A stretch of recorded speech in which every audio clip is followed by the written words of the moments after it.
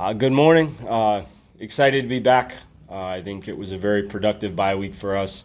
Our guys were able to step back a little bit, and just excited to get back on the field this week and face a great opponent that's playing good football at the moment. So really excited. Great energy. You know, the biggest thing I'm asking of our guys here in this condensed 4-game season really is the urgency to be really high, and let's go out there and attack this final stretch of our schedule.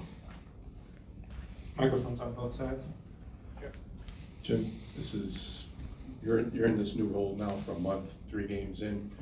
Just curious, in your mind, have you come to any conclusions like, you know what, I like this gig, I'm capable of handling this, and I want this in 2023 and beyond? Or are there any questions that you still in your mind need answered about that? I think number one, I know I'm capable. It's been really exciting for me to see the response of the coaches, of the players, and it's been exciting just to see, you know, certain little changes you've made and kind of the buy-in of the messaging and the play on the field.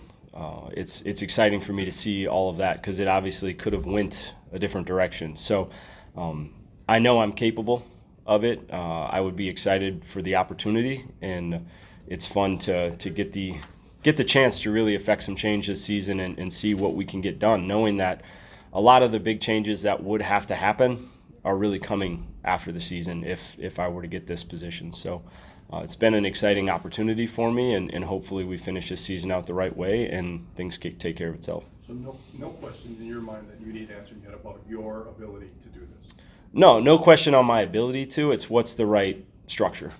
Right? Who's involved? What does that look like? What is my role on the day-to-day? That's really the only questions that I would have of what would be best for the program in a lot of cases, and what direction do things need to go. We do not need to reinvent the wheel. There's things that we need to do better.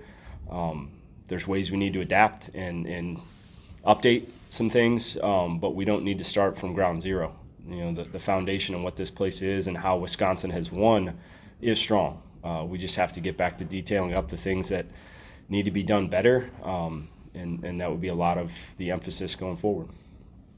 Jim, you mentioned when you took over that offensively, you hope to figure out ways to have the playmakers be a bit more dynamic. It would appear that Jim Ray and Skylar have been able to do that, certainly have had their moments throughout the season. What specifically stands out about what those two have been able to do to become better downfield threats and some of those dynamic playmakers? I think the number one thing that steps out to me when you watch those two play is how they're attacking everything. You know, they're putting pressure on DBs, and anytime you see guys kind of stop thinking or overthinking, maybe is a better term, and just reacting, causing problems, making DBs respond to what you're doing, you kind of know that receivers are taking a huge step in their progression, and those two have done it really all year. When you watch some of the separation and the production that they're having, I think it's always exciting as a defensive guy, and makes you nervous, right, when you're starting to see just that play speed increase and the consistency of how players attack and forcing DBs to respond to you. And they've done that for the majority of the season, and it's really exciting to see. Jim, Hunter Wohler not on the injury report for the first time in a while. Do you expect to have one, and how do you reintegrate him into a defense that have got some pretty good play from the guys that you've had back there? It is exciting. I'm going to have Hunter available for this week, and last week was huge for him to be able to hit the field a couple times and not have to play on Saturday. So he was able to get on the field, get some reps, work through some things physically just to find out where he's at, the confidence he has in his leg, and then be able to step back for a couple days and rest and get some treatment, and he'll be able to attack this week. So it is exciting when you add another piece that was a productive player in your defense and really had a huge fall camp. Excited about what he was going to do this season, and now it's what's the best combination that we can use. Like you said, we've had some great production out of Moe and out of Torch, so it's finding the right balance with those guys, and down the stretch hopefully will help us keep them fresh and be able to rotate through a little bit like I traditionally do. And I'm excited for the prospects of getting all three of them on the field at times, whether that's together or just rotating and keeping guys fresh throughout the game. Got another injury question for you. It looked like Hayden Brucci wasn't on the list as well. Is he going to be good to go for Saturday, and how have you kind of seen his rehab going? Very exciting today to see a number of faces that haven't been on the field in a while. Hayden being one. Riley Mullman obviously played last week in more of a limited capacity, but we have the possibility of getting a number of guys back this week in bigger roles than they've been able to manage here going down the last 2 or 3 weeks. So it's exciting. I think there's still going to be a little bit of game time decision or as the week progresses, kind of finding out how big of a role some of these guys can have coming off of injuries. But just the fact that we think that a number of guys can be available that have not been in really a big capacity in a while, that's exciting here for this last stretch of the season. Cool. Jim, you mentioned a couple of times that we wanted to get to the bye week and maybe have some bigger conversations and make some changes. Was there anything that you identified that you wanted to tweak or change going into this last month of the year? Not huge changes going forward. There still has to be that week-to-week, day-to-day mentality on the football field, right? There's not huge changes that are going to happen. The personnel, right, will help change things. If you can get some guys back healthy, that will obviously open up some of the things that we can do schematically. But we tweaked that practice structure a few weeks ago, and I like what we were doing. We'll continue to adapt as the season goes on to give them what they need. But the focus will be on fresh coming down the stretch on game day, and that's what we need. I'm excited for this little run. You know, hopefully we can maintain the momentum that we had coming out of Purdue, and that was the message to the guys today was urgency, right? Sometimes when you come off a bye, you have to be careful of walking through the beginning part of the week and just feeling good about yourself, like we're going to push these guys to snap back into it. And I think they responded well today, just in a walkthrough setting. Just the focus, the urgency was there, and we have to hit that every day. And when we get to game, it's unique because the other team's coming off a bye as well, right? That doesn't always happen. So we're both ahead of the game planning because there was no new football this last weekend. But I'm excited. A little bit different approach with the guys, just because as coaches you're a little bit ahead of the game plan. So I'm excited for this challenge, and it's a team with some dynamic athletes on both sides of the ball, and we gotta get them a great plan to go execute. Coach, it's felt like Jake Chaney has been playing some really good football for you.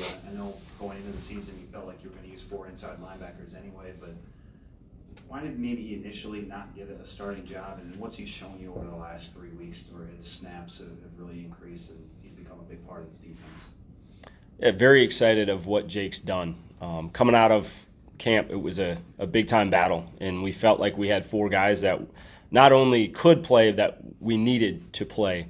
And we thought Muma coming out of camp had done enough to win that position, and at the same time knew you're going to rotate. And then we've had some injury battles really all across that 4 guys who've played and been productive for us. And when he's been healthy, Jake has been very consistent. He's a fun player to coach because his focus is extremely high, and his consistency in play has been there kind of week in and week out in whatever role we've asked him to do. So excited coming down the stretch that we quite possibly have these guys as healthy as they've been all season as a group, and just trying to find a way to make them most impactful on defense as well as the role that they're going to have on special teams. Jim, I know we're asking you a lot of questions about the future, and it's hard to know those answers. But I'll ask this question anyway. You talked about kind of what your vision could be, and that you don't need to reinvent the wheel, and there's small changes. But big picture, if you should be the head coach moving forward permanently, what do you think needs to change with this program, or at least be different to get it to the level that you hope to get it to down the road? Yeah, that's a big question right there. You're asking the big ones today. I think, number one, this place has always been about the culture and the players. We have to get back to doing that a little bit better. I think we let some things slip a little bit, and just a little bit of gray, and want to make sure we eliminate that in every capacity, right? Whether that's coach to player, coach to coach, the messaging coming from the building. This place means a ton to me, and want to make sure that we do everything the right way, right? And hold these guys accountable to what the standards of Wisconsin are, and I'm excited about that. And there are a lot of big things that would be, it's up in the air. Like, what direction do you take, whether it's defensively, what my role would be, offensively, right? What is the plan going forward? There's still a lot of big things that I don't have an answer for at this point, and I don't need an answer for at this point, but there's a lot of conversations that I've had, and I'm excited about what could happen in the future. And really last week, kind of mentioned, it was the first time that I addressed kind of the yearly plan with our team and with the coaches a little bit. And I think it just helped put them at ease, right? Understanding that a lot of this stuff does not change right now, but these thoughts are there, right? I have a lot of thoughts on what we can do better. Number one being that player development side. You know, if it truly is about the guys and how you develop on and off the field, going to put a lot of resources into that and making sure our players have the right people around them all day, every day, kind of in all areas of being a student athlete. So that would be a huge emphasis that hopefully would change for the better. Jim, you've been asked about recruiting several times about, you know, how you get kids to come here if there's uncertainty. When you guys were on the road this past week, did you get questions like that from recruits about, okay, did they ask you, can you shed any light on what the future is going to be like and why I should still go there? Yeah, absolutely. I mean, that's a huge question. A lot of these players we have a great relationship with, and they like what we're telling them about Wisconsin. There's true, genuine interest, and, you know, like we said, we push the culture and the people. So when there's a huge question mark on who's going to be involved, obviously the kids are very much hesitant on what we're saying, and it's a great response. These kids know what University of Wisconsin is traditionally, athletically, right? What we've done on the field, as well as the academic piece and what we push from a development standpoint. They all love that. Well, there's enough uncertainty that you're getting people to just step back and try to play it out. And I think having somewhat of a timeline here within the next month or so helps. You have to ask for a little bit of patience in a number of situations, whether there's the 23 class that, you know, you have the early signing day in December, the transfer portal opening up in December, or even that second signing period. It's all right around the corner. It's a very difficult time to ask for a little bit of patience, but it's what we have to do. And we've gotten great responses from the kids, from the families, and in a number of ways, you're hearing, like, if this thing plays out the way that maybe I hope it does, we're going to be in good shape, and we'll find out. But, I mean, number one thing, we have to go win. We have to continue to play well and show improvement and win games down the stretch, and that will handle a lot of this. Two questions, if I could. Hey, happy 40th birthday, by the way. Welcome to the dark side of almost middle-aged. Is that honestly an advantage, though, that you're a younger guy? Can you use that? That's my first question. Can you use kind of your youth and energy and kind of being in the know to your advantage? Would never say I'm that cool, but I mean, to me, it's energy, right? You have to be able to match, you know, high school, college players' energies, and I think I do a good job of that and being real. The number one response I think you're getting from high school coaches and high school athletes, even young college players, a lot of them feel like they're getting lied to. There is a lot of mixed messaging in recruiting right now, and the more honest and real, even if it's something they don't want to hear, right? The more open and honest and real you are with guys, it goes a long ways, and that's how I try to treat our players when they get here. But it starts in the recruiting process with their coaches, their families. There is a lot of gray, because there is a lot of situations where you're recruiting a lot of people that you have to. And the unique part about college football is they have to pick you in the end, right? So it goes that way a lot of times of, well, they've only got these many this on their roster, or they continually they have to pick us, right? So you're recruiting a lot of kids, and a lot of the ones you really love go other places, and that's the nature of the business. But I think the more open and honest of the timeline and kind of where kids stand in that process, they respect it. And I think that's the number one thing that I try to get across early on and carry it over all throughout our college players' careers. You might not always like the answer. Sometimes you will, but we gotta tell it to these kids straight, and they respect that in this process. And whether that's, I don't think that's a youth thing. I think that's more of a respect thing, and having that direct approach, being confident. I'm very confident in who I am and the people I surround myself with. I think they feel that. I don't really think it has anything to do with age, because you see older coaches having success doing the same thing.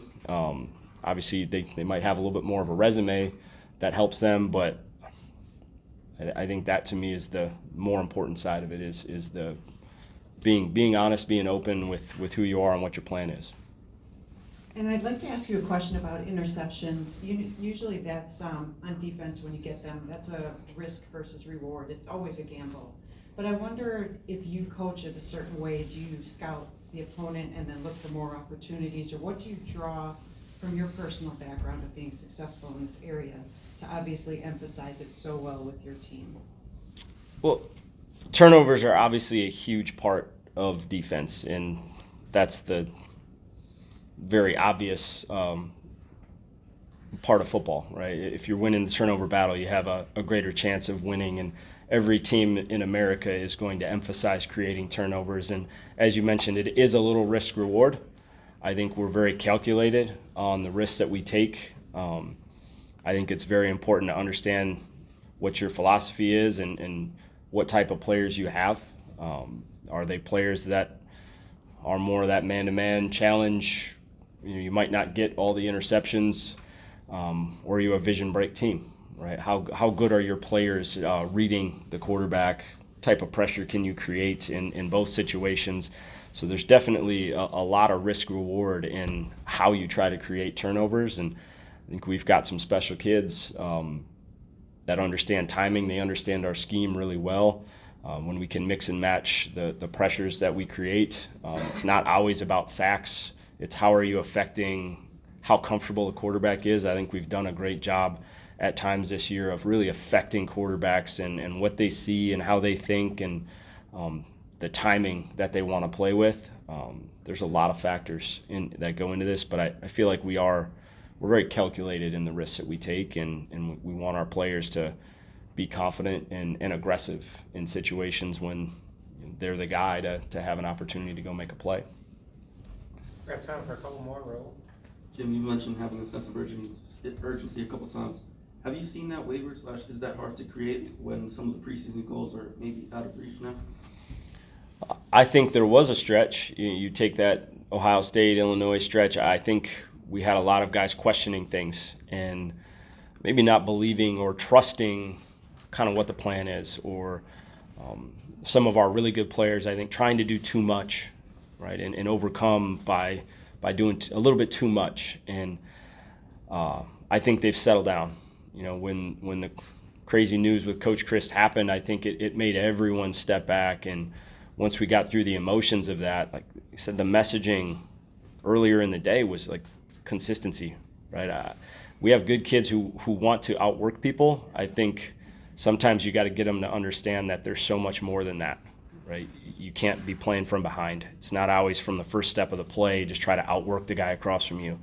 You got to win the technical battle. You have to be smart. You got to play with your eyes and your hands and your feet.